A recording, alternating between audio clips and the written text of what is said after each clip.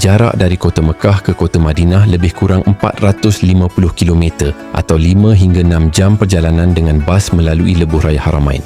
Tak dapat nak dibayangkan bagaimana Rasulullah dan sahabat baginda merentasi jalan yang bergunung ganang ini.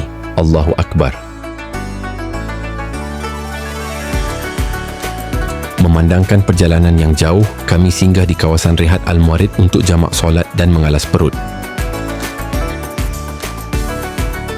Burger sempoi macam ni pun dah 10 rial. Tu pun consider murah dah tu. Apa-apa pun Alhamdulillah, rezeki Allah. Jom kita teruskan perjalanan. Di Madinah, kami menginap di Hotel Bir Al-Aiman bertaraf 4 bintang.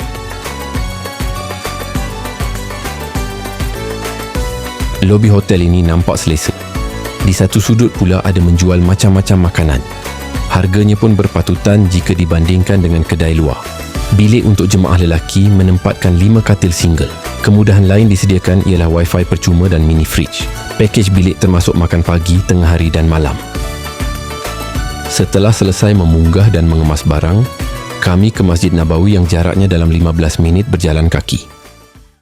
Keesokan harinya kami dibawa oleh mutawif melawat sekitar Masjid Nabawi sambil diberi penerangan akan sejarah Madinah dan perjuangan Nabi Muhammad sallallahu alaihi wasallam. Suasana di sini sangat menenangkan tapi tersangat sejuk, terutama pada waktu pagi. Kita mulakan dengan Masjid Al-Musalla atau Masjid Al-Ghamamah.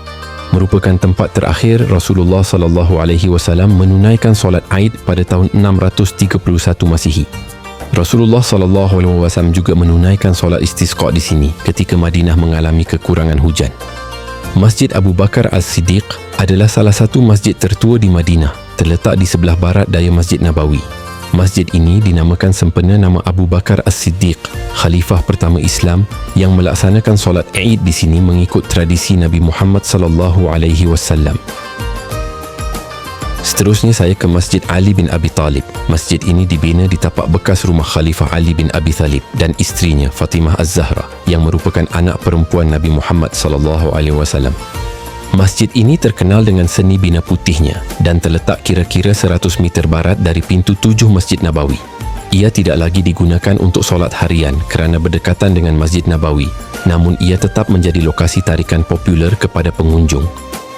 Ziarah ke makam Rasulullah sallallahu alaihi wasallam adalah pengalaman yang sangat bermakna bagi kami. Makam baginda terletak di dalam kawasan Masjid Nabawi yang dahulunya merupakan bilik isteri baginda Aisyah radhiyallahu anhu. Alhamdulillah, kami telah dimaklumkan oleh mutawif yang slot kami untuk masuk ke Raudah telah tersedia.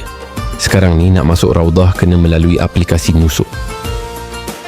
Tak dapat nak bayangkan perasaan apabila berada di dalam Raudah. Hanya air mata tidak henti-henti mengalir. Allahu Akbar. Perjalanan umrah kami diteruskan lagi dengan melawat Masjid Quba. Masjid Quba adalah masjid pertama yang dibina oleh Rasulullah sallallahu alaihi wasallam pada tahun 622 Masihi semasa baginda berhijrah dari Mekah ke Madinah. Masjid ini dibina atas dasar takwa seperti yang disebut dalam surah At-Taubah ayat 108. Barang siapa bersuci di rumahnya, lalu mendatangi Masjid Quba dan melaksanakan solat di dalamnya, maka ia mendapatkan pahala seperti pahala umrah. Hadis riwayat Ibnu Majah. Bila dah ada di Madinah ni, macam tak lengkap kalau tak pergi kebun kurma. Jadi kami singgah di kebun kurma Masjid Des Orchard. Harga kurma di sini boleh dikatakan agak murah. Dan yang lebih menarik, macam-macam jenis kurma ada di sini dan tempat dia pun estetik. Perjalanan kami diteruskan ke Jabal Uhud.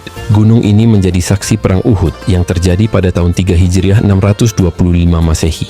Dalam pertempuran ini, kaum muslimin menghadapi pasukan Quraisy dari Mekah. Dan meskipun mereka mengalami kekalahan, banyak pelajaran penting yang dapat diambil dari peristiwa tersebut. Di hari-hari terakhir saya di Madinah, sempatlah saya bersiar-siar di kawasan sekitar Madinah sambil mencuci mata. Tibalah saat yang amat menyedihkan di mana semua jemaah akan berpisah dan meninggalkan bumi Madinah. Walaupun berbagai ujian menimpa, tapi hati tetap teguh mencintai bumi Mekah dan Madinah. Penerbangan pulang kami menaiki pesawat Air Arabia dari lapangan terbang antarabangsa Prince Muhammad bin Abdul Aziz, Madinah. Sebelum berlepas, kami sempat solat di masjid lapangan terbang ini. Cantik masjid ni.